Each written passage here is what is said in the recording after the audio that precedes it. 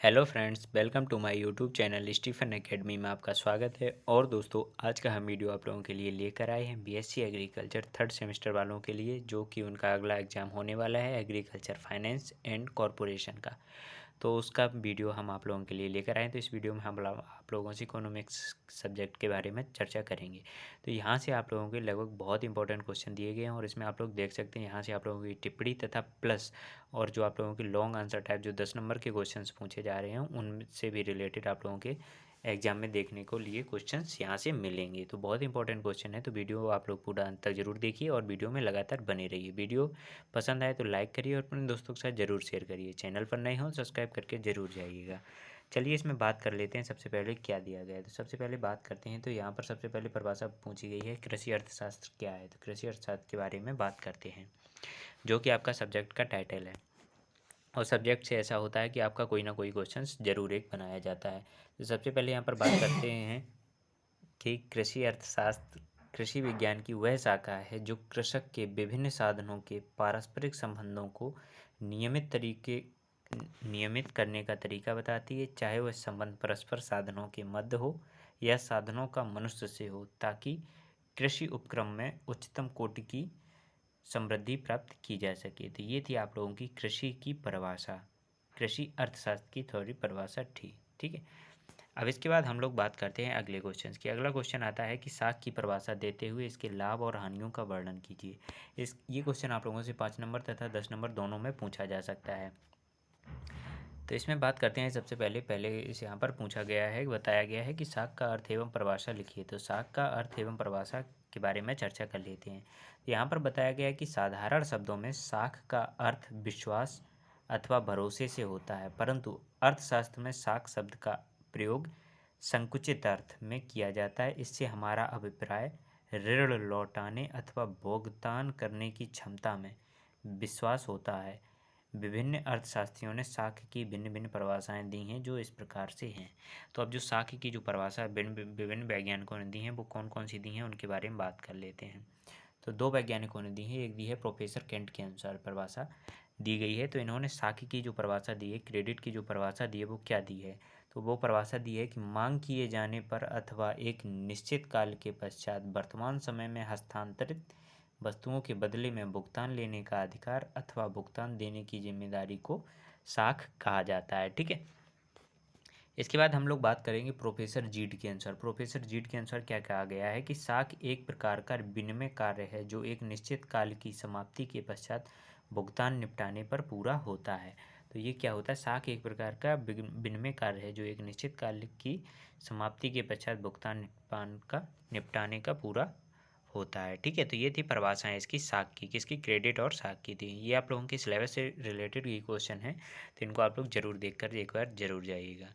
इसके बाद बात करते हैं साख के लाभ। साख के जो लाभ होते हैं उनके बारे में भी हम लोग चर्चा कर लेते हैं, साख के कौन कौन से लाभ हैं। तो वर्तमान युग में साख का एक महत्वपूर्ण स्थान है। साख वास्तव में व्यावसायिक संगठन का प्राण है, व्यापार का जीवन रक्त है और औद्योगिक विकास का आधार है। अब साख के प्रयोग से प्राप्त होने वाले लाभ कुछ इस प्रकार से हैं। तो साख से जो लाभ प्राप्त होते हैं, वो हमें कौन कौन से लाभ प्राप्त होते हैं उनको भी हम एक बार देख लेते हैं। सबसे पहले लाभ प्राप्त होता है नगद मुद्रा के प्रयोग से बचत। नगद मुद्रा का जो प्रयोग होता है वो बचता है साख से, क्रेडिट से। कैसे बचता है, तो साख मुद्रा के प्रयोग करने में धातु मुद्रा अथवा अन्य विधिग्राह्य मुद्रा की बचत होती है। यदि हम साख पत्रों पर भुगतान निपटा लें तो धात्विक मुद्रा का प्रयोग कम हो जाएगा। तो क्या होता है, साख पत्रों पर अगर भुगतान निपटा लें तो धात्विक मुद्रा का प्रयोग कम हो जाएगा। इसके बाद हम लोग बात करते हैं सेकेंड नंबर। सेकेंड नंबर में क्या होता है, पूंजी की उत्पादन शक्ति में वृद्धि। तो पूंजी की उत्पादन शक्ति में वृद्धि किस प्रकार से होती है, तो साख के प्रयोग द्वारा पूंजी की गतिशीलता में वृद्धि होती है तथा बेकार पूंजी के उत्पादन कार्यों में उपयोग होने की संभावनाएं बढ़ जाती हैं। इस प्रकार साख व्यवस्था के द्वारा बेकार पड़ी हुई पूंजी को कार्यशील किया जा सकता है, जिससे देश की आर्थिक व्यवस्था में सहायता मिलती है। ठीक है, ये था पूंजी की उत्पादन शक्ति में वृद्धि होती है जिस प्रकार से ये बताया गया था। इसके बाद बात करते हैं हम लोग कि भुगतान में सरलता। भुगतान में सरलता किस प्रकार से होती है, नंबर 3 पर बात करते हैं। तो साख की सहायता से बड़े भुगतानों को चेक, ड्राफ्ट, हुंडी अथवा अन्य प्रकार के साख पत्रों द्वारा बड़ी आसानी से निपटाया जा सकता है। इसके बाद बात करते हैं नंबर 4 में बताया गया कि अंतर्राष्ट्रीय भुगतानों में सरलता रहती है, किसके द्वारा, साख के द्वारा। तो विदेशी विनिमय पत्रों के प्रयोग से विदेशी भुगतानों को निपटाने में बड़ी सहायता मिलती है। इसके द्वारा मुद्रा को एक स्थान से दूसरे स्थान पर भेजे बिना ही विदेशी भुगतानों को निपटाया जा सकता है। ठीक है, इसके बाद हम लोग बात करते हैं नंबर 5 में बताया गया है कि मुद्रा का स्थानांतरण भी हो जाता है। तो साख पत्रों के द्वारा मुद्रा को एक स्थान से दूसरे स्थान पर आसानी से भेजा जा सकता है, जो कि एक साख का बहुत बड़ा लाभ है। तो ये आप लोगों को अगर साख के लाभ पूछे जाते हैं तो ये आप लोग 5 लिख सकते हैं आसानी से। ठीक है, इसके बाद हम लोग बात करते हैं कि बैंक के 4 महत्व बताइए। आप लोगों के में बैंक भी पढ़ाए गए होंगे, तो बैंक के 4 महत्व बताइए। तो बैंक में जमा की गई बचतों को उत्पादक कार्यों में उपयोग किया जाता है। नंबर 2 में बैंक ग्राहकों की ओर से विभिन्न सेवाएं उपलब्ध कराते हैं। नंबर 3, बैंक कृषि, उद्योग, व्यापार आदि को ऋण प्रदान करके उत्पादन तथा बेरोजगार को बढ़ावा देते हैं। इसके बाद नंबर 4 में क्या बताया गया है कि बैंक लॉकरों की सुविधा प्रदान करके ग्राहकों के धन तथा बहुमूल्य धातुओं की सुरक्षा भी करते हैं। तो ये थे बैंक के क्या थे, 4 लाभ थे। इसके बाद हम लोग बात करते हैं कि यहाँ पर एक क्वेश्चन बनाया गया है कि स्टेट बैंक ऑफ इंडिया की स्थापना के 2 उद्देश्य बताइए। अब स्टेट बैंक ऑफ इंडिया किस लिए स्थापित की गई थी, इसके 2 उद्देश्य लिखिए। तो पहला उद्देश्य यहाँ पर बताया गया है कि सहकारी संस्थाओं तथा भंडार गृहों एवं विपणन समितियों की सहायता करने के लिए इसका निर्माण किया गया था। किसका, स्टेट बैंक ऑफ इंडिया का, मतलब SBI का। नंबर 2 पर आता है कि विभिन्न संस्थाओं के मध्य धन के हस्तांतरण की सुविधाएं देकर देश की बैंकिंग प्रणाली के विकास में सहायता करना भी इसका उद्देश्य था। इसकी स्थापना का एक उद्देश्य था। तो 2 उद्देश्य पूछे गए थे, तो वो यहाँ पर बता दिए गए हैं। इसके बाद हम लोग बात करते हैं कि बैंक को परिभाषित कीजिए। अब बैंक की जो परिभाषा है वो आप लोगों को परिभाषित करनी है। तो बैंक की परिभाषा यहाँ पर कुछ इस प्रकार से दी गई है प्रोफेसर शेयर्स के अनुसार। तो इन्होंने बताया कि बैंक वह संस्था है जिसके ऋणों को अन्य व्यक्तियों के आपसी ऋणों के भुगतान के लिए विस्तृत रूप से स्वीकार किया जा सकता है। इसे क्या कहते हैं, बैंक कहते हैं। अब यहाँ पर क्वेश्चन और अलग तरीके से एक बनाया गया है कि बैंक किसे कहते हैं, व्यापारिक बैंकों के महत्वपूर्ण कार्यों पर प्रकाश डालिए। अथवा एक क्वेश्चन बनता है कि बैंक से आप क्या समझते हैं, बैंक के कार्यों की विवेचना कीजिए। तो यहाँ पर इसके उत्तर में बताया गया है कि आधुनिक बैंक विभिन्न कार्य करता है, अतः इसकी ठीक परिभाषा करना बड़ा कठिन है। इसी कारण विभिन्न विद्वानों ने इनकी भिन्न भिन्न परिभाषाएं दी हैं। अभी मैंने बताया हुआ था कि बैंक की जो परिभाषाएं हैं वो कई वैज्ञानिकों ने मिलकर दी हुई हैं। तो इनकी जो कुल, वैसे तो कई प्रकार की परिभाषाएं हैं, लेकिन यहाँ पर एक परिभाषा देख लेते हैं। भारतीय बैंक कंपनीज एक्ट के अनुसार एक परिभाषा बनाई गई है कि बैंकिंग व्यवसाय उसे कहते हैं जिनसे जनता को उधार देने या विनियोग करने के उद्देश्य से जनता का ही धन जमा के रूप में रखा जाए तथा जो मांग पर चेक द्वारा अथवा अन्य किसी प्रकार के आदेश के अनुसार भुगतान किया जाए तो उसे क्या कहा जाता है, उसे बैंक कहा जाता है। ये परिभाषा बैंक की किसके द्वारा दी है, भारतीय बैंक कंपनीज एक्ट के अनुसार ये परिभाषा दी गई थी। अब यहाँ पर व्यापारिक बैंकों के कुछ कार्य बताए गए हैं जो कि आप लोगों के लिए इंपॉर्टेंट है। व्यापारिक कॉमर्शियल बैंक जो थे उनके जो कुछ कार्य थे, नंबर 1 पहला कार्य था कि जमा को स्वीकार करना, जो जमा पूंजी होती है उसको स्वीकार करना। तो इसके बारे में थोड़ा डिस्क्राइब करके बता देते हैं। इसमें बताया गया था बैंक का मुख्य कार्य जनता को जमा की राशि स्वीकार करना। ऐसी जमा राशि पर बैंक ग्राहकों को ब्याज देता है। बैंक निम्नलिखित साधनों को अपने कोष से प्राप्त करते हैं। तो इसमें कौन कौन से कोष होते हैं इनके बारे में भी देख लेते हैं, प्राप्त करते हैं। नंबर 1 में अनेक खातों को जमा की गई राशि स्वीकार करना। बैंक द्वारा चालू खाता, स्थायी जमा खाता, बचत तथा गुल्लक द्वारा जनता में जमा की गई राशि को स्वीकार करता है। ठीक है। नंबर 2 पर बात करते हैं कि बैंक अन्य बैंकों की जमा राशि प्रदान करना। अन्य बैंकों में जमा की गई राशि अपने कोषों से करता है। नंबर 3 में आता है कि नोट निर्गमन करना। यदि बैंक को नोट निर्गमन करने का अधिकार है तो नोट निर्गमित करके बैंक अपने कोषों में वृद्धि भी करता है। इसके बाद बात करते हैं, इनमें थोड़ा थोड़ा आप लोगों को डिस्क्राइब करना है। इसमें कुछ पॉइंट जो हैं वो एक्स्ट्रा दे दिए गए हैं। तो नंबर 2 पर बात करते हैं ऋण देना। एक तो क्या होता है, कमर्शियल बैंक का कार्य होता है ऋण देना। अब इसमें आप लोगों को थोड़ा लिख देना, इसमें बहुत ज़्यादा लिखा हुआ है, इसकी आप लोग स्क्रीनशॉट ले लीजिए। इसके बाद बात करते हैं, यहाँ पर कुछ आती है। इसके बाद आते हैं बिलों का भुगतान। यहाँ पर आती है बिलों का भुगतान करना तथा एजेंसी कार्य। अब एजेंसी कार्य क्या होते हैं, जैसे चेक, बिल, हुंडी आदि का संग्रह करना होता है, प्रतिभूतियों का क्रय विक्रय करना तथा ब्याज तथा लाभांश का संग्रह करना भी होता है इसका कार्य। ठीक है। इसके बाद हम लोग बात करते हैं नंबर 4 में इसके विविध कार्य। इसके विविध कार्य क्या होते हैं? विविध कार्य भी कई होते हैं, जैसे बैंक अपने विविध कार्य ग्राहकों के आदेश पर गुप्त जांच करना, विदेशी विनिमय संबंधी कार्य करना, अभिगोपन का कार्य करना, तो ये सारे क्या होते हैं? इसके विविध कार्य होते हैं। इसके बाद बात करते हैं हम लोग एक टॉपिक पर, और सहकारिता के सिद्धांतों का उल्लेख कीजिए। ये आप लोगों के लिए बहुत ही इंपॉर्टेंट क्वेश्चन यहाँ से बनता है कि सहकारिता के सिद्धांत क्या होते हैं। तो यहाँ इसमें बात करते हैं कि ऐच्छिक संगठन जो होते हैं, ऐच्छिक संगठन ऐच्छिक आधार पर होता है। इसमें किसी व्यक्ति को सदस्य बनने के लिए विवश नहीं किया जा सकता है। इसमें समानता होती है, इसके सदस्य अमीर गरीब सब लोग समान होते हैं, इसमें कोई भेदभाव नहीं किया जा सकता है। ठीक है, तो ये क्या है? सहकारिता के सिद्धांत हैं। नंबर 3 पर है प्रेम या सहानुभूति। तो सभी सदस्यों में प्रेम सहानुभूति होना आवश्यक है, ताकि वे एक दूसरे के सुख दुख में सहयोग दे सकें। इसके बाद बात करती है नंबर 4 में, तो सेवा भाव। सेवा भाव सहकारिता का एक मूल तंत्र होता है, इसका उद्देश्य भी लाभ कमाना नहीं होता है। नंबर 5 पर बात करते हैं प्रजातंत्र का आधार। इसका संपूर्ण कार्य जनतंत्र के आधार पर होता है, तथा प्रत्येक व्यक्ति को एक वोट देने का अधिकार होता है, उसी के द्वारा अधिकारीगण का चुनाव भी होता है। नंबर 6 पर बात करके मितव्ययिता पूर्णता। मितव्ययिता पूर्णता क्या होती है? कि इसके प्रत्येक कार्य बड़ी मितव्ययिता से किया जाता है, प्रत्येक सदस्य से यही भावना भी उत्पन्न की जाती है। नंबर 7 पर बात करेंगे आत्मनिर्भरता भी होती है। सहकारिता के एक उद्देश्य में आत्मनिर्भरता भी होती है। तो इसमें बताया गया कि इसमें आत्मनिर्भरता की भावना पर बल दिया जाता है, और श्रम की महानता को समझने का भी प्रयत्न किया जाता है।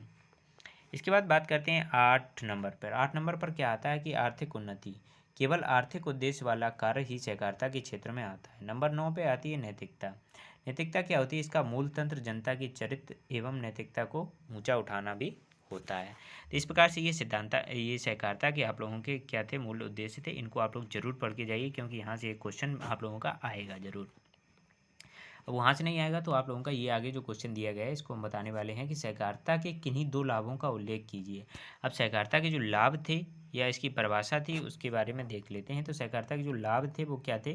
कि ग्रामीण साख का सस्ता होना। नंबर 2 पर थी कि बचत एवं निवेश को प्रोत्साहन करना। ये सहकारिता के जो थे मुख्य 2 लाभ थे। इसके बाद हम लोग बात करते हैं कि सहकारिता का अर्थ और परिभाषा लिखिए। अभी सहकारिता की परिभाषा आप लोगों ने नहीं पढ़ी, सहकारिता का अर्थ और परिभाषा लिखिए। इसमें बात करते हैं हम, तो ये सहकारिता क्या होती है? तो सहकारिता से आशय सहयोग से काम करने से है, तथा कालवर्ट के अनुसार। अब यहाँ पर कालवर्ट ने बताया हुआ है कि सहकारिता एक संगठन है जिसमें व्यक्ति स्वेच्छा से और सामान्य स्तर पर अपने आर्थिक उद्देश्यों को प्राप्त करने के लिए संगठित होते हैं। सर हॉरेस प्लेनकेट के अनुसार सहकारिता संगठन द्वारा प्रभावपूर्ण बनाई गई आत्म सहायता होती है। ठीक है, इसके बाद बात करते हैं कालवर्ट के अनुसार। कालवर्ट क्या है? कि सहकारिता एक संगठन है जिसमें व्यक्ति स्वेच्छा से और सामान्य स्तर पर अपने सामान्य उद्देश्यों को प्राप्त करने में संगठित होते हैं। तो ये क्या होते हैं? सहकारिता एक संगठन है। इसके बाद हम लोग बात करते हैं, यहाँ पर कई क्वेश्चन जैसे कि सहकारिता से रिलेटेड ही बनाए गए हैं, जिनको हम देखते हैं। सहकारिता के सिद्धांतों का वर्णन करते हुए सहकारिता के लाभ को समझाइए। अथवा में यहाँ पर क्वेश्चन जिस प्रकार से आप लोगों को 10 नंबर में आता है, उसी प्रकार से इसमें क्वेश्चन आप लोगों के बताए गए हैं। इसमें कहा गया कि सहकारिता से आप क्या समझते हैं? सहकारिता के प्रमुख सिद्धांतों की व्याख्या कीजिए। और अथवा में बताया गया है कि सहकारिता के आधारभूत सिद्धांतों की भी व्याख्या कीजिए। तो मतलब यहाँ पर आधारभूत इसके जो सिद्धांत हैं उनके बारे में चर्चा करनी है। इसके तो ये इससे क्या तात्पर्य है? तो इसमें देखिए बताया गया कि सहकारिता से ऐसे सहयोग से काम करने से है। यहाँ पर आप लोगों वो जो आप लोगों का पेज था, सॉरी, उसमें मतलब दोबारा से वो पेज रिपीट हो गया था। तो यहाँ पर अब बात करते हैं नेक्स्ट क्वेश्चन की। नेक्स्ट क्वेश्चन क्या है? कि क्षेत्रीय ग्रामीण बैंकों के कृषि विकास में योगदान का एक लेख लिखिए। अथवा में यहाँ पर एक क्वेश्चन दिया गया है कि क्षेत्रीय ग्रामीण बैंक क्या है? भारत की ग्रामीण विकास में इनकी क्या भूमिका रहती है? इसके बारे में हम लोग चर्चा करते हैं। तो ग्रामीण विकास में क्षेत्रीय ग्रामीण बैंक से आशय क्या होता है, इसे देख लेते हैं। तो इसमें बताया गया है कि समाज के गरीब व कमजोर वर्गों को, विशेष रूप से ग्रामीण क्षेत्र के किसानों के कारीगरों को सरल एवं सुविधाजनक ढंग से वित्त प्रदान कराना क्या था? क्षेत्रीय ग्रामीण बैंक का इसमें आशय था। इसके बाद बात करते हैं हम लोग, यहाँ पर एक क्वेश्चन दिया गया, भूमि बंधक जो बैंक थे वो उनसे क्या आशय है? भूमि बंधक जो बैंक होते थे पहले, उनसे क्या आशय होता था? उनका अर्थ ये था कि भूमि बंधक बैंक या विकास बैंक वह बैंक होते हैं जो कृषकों को उनकी भूमि गिरवी रखकर दीर्घकालीन ऋण देते इन्हें भूमि विकास बैंक भी कहते हैं। और कृषकों को दीर्घकालीन ऋणों की आवश्यकता कृषि के लिए भूमि खरीदने कुआं बनाने, भूमि संबंधी अन्य सुधार करने तथा सिंचाई की व्यवस्था करने, ट्रैक्टर खरीदने आदि के लिए होती है। इन सभी कार्यों के लिए अधिक रुपए की आवश्यकता होती है, लंबी अवधि के लिए होती है, तो इन्हें भूमि बंधक बैंक इन दीर्घकालीन ऋणों को प्रदान करते थे। किसानों की जमीन को रखकर जो ऋण प्रदान किया जाता तो उसे भूमि बंधक बैंक करते थे। ठीक है, अब भूमि बंधक बैंकों के जो कुछ कार्य थे उनको क्या क्या कार्य थे मुख्य, उनके बारे में देख लेते हैं। इसमें सबसे पहले फर्स्ट नंबर पर कार्य था कि गिरवी रखी हुई भूमि एवं मकानों को छुड़ाने तथा पुराने ऋणों को चुकाने के लिए ऋण देता था भूमि विकास बैंक। ठीक है, नंबर सेकंड पर था खेती करने के ढंगों में सुधार करने तथा भूमि सुधारने के लिए भी ऋण देता था। नंबर 3 पर बात करेंगे कृषि यंत्र खरीदने, भूमि खरीदने तथा नई भूमि को कृषि योग्य बनाने के लिए भी ये ऋण देता था। आगे बात करेंगे नंबर 4 पर कि सहकारी भूमि बंधक बैंकों द्वारा अपने सदस्यों एवं सहयोग एवं सहकारिता की भावना उत्पन्न करना। नंबर 5 पर बात करेंगे सदस्यों की भूमि और उसके उपयोग से संबंधित समस्याओं के विषय में उचित परामर्श भी देता था। नेक्स्ट नंबर पर बात करेंगे कि 7 से 20 वर्ष तक की अवधि के लिए ये ऋण देता था। इसके बाद बात करेंगे नेक्स्ट पॉइंट में सदस्यों की बचत की भावना का भी विकास ये करता था। ठीक है, इस प्रकार ये इसके क्या थे, भूमि बंधक बैंक के जो कार्य थे, मुख्य कार्य थे। इसके बाद बात करते हैं कि भूमि बंधक बैंकों का जो महत्व है वो क्या था। तो सबसे पहले पॉइंट आता है कि कृषकों के ऋण भार में कमी, मतलब भूमि बंधक बैंक कम ब्याज की दर पर ऋण देकर कृषकों को पुराने ऋणों की चुकाने की भी व्यवस्था करते थे। नंबर 2 पर इसमें बात करते हैं हम लोग, कृषकों की प्रकृति पर निर्भरता कम रहती थी। मतलब क्या होता था कि भूमि में स्थायी सुधारों के कारण कृषि की प्रकृति पर निर्भरता कम हो जाएगी और इससे कृषकों एवं आर्थिक आधार शक्तिशाली हो जाएगा।